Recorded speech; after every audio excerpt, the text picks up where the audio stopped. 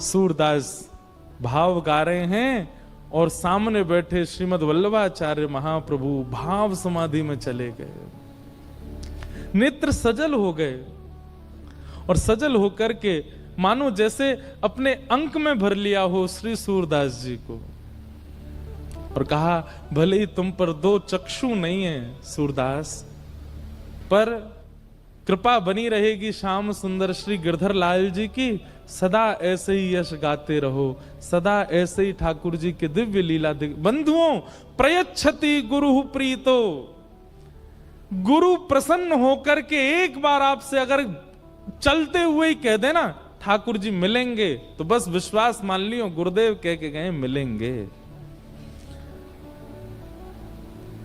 सबरी को उनके गुरुदेव कह गए कि राम आएंगे, अब भले ही प्रतीक्षा लंबी हो, रोज सजाती हैं अपना घर, रोज सजाती हैं उस मार्ग को। बंधुओं, हमारी स्थिति पता कैसी है?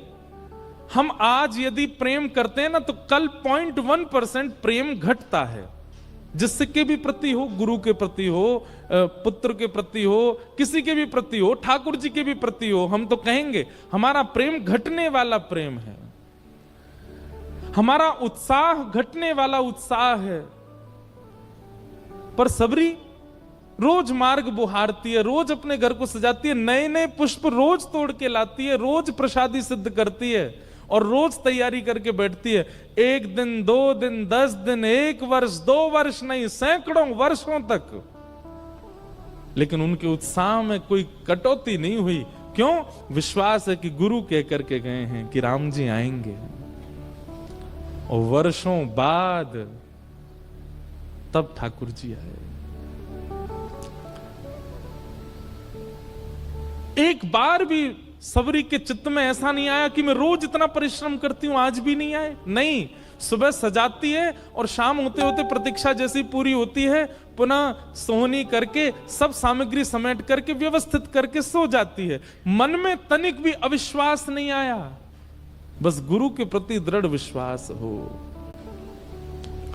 एक बहुत सुंदर भाव है, पलकन सोमग झारू मेरे, पलकन सोमग झारू। सब लोग गाइएगा।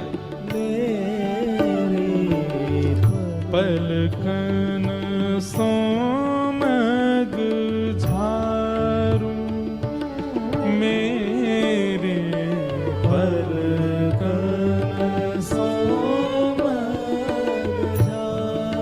आप अर्थ समझ रहे हैं? अपनी पलकों से उस मार्ग को झाड़ूं,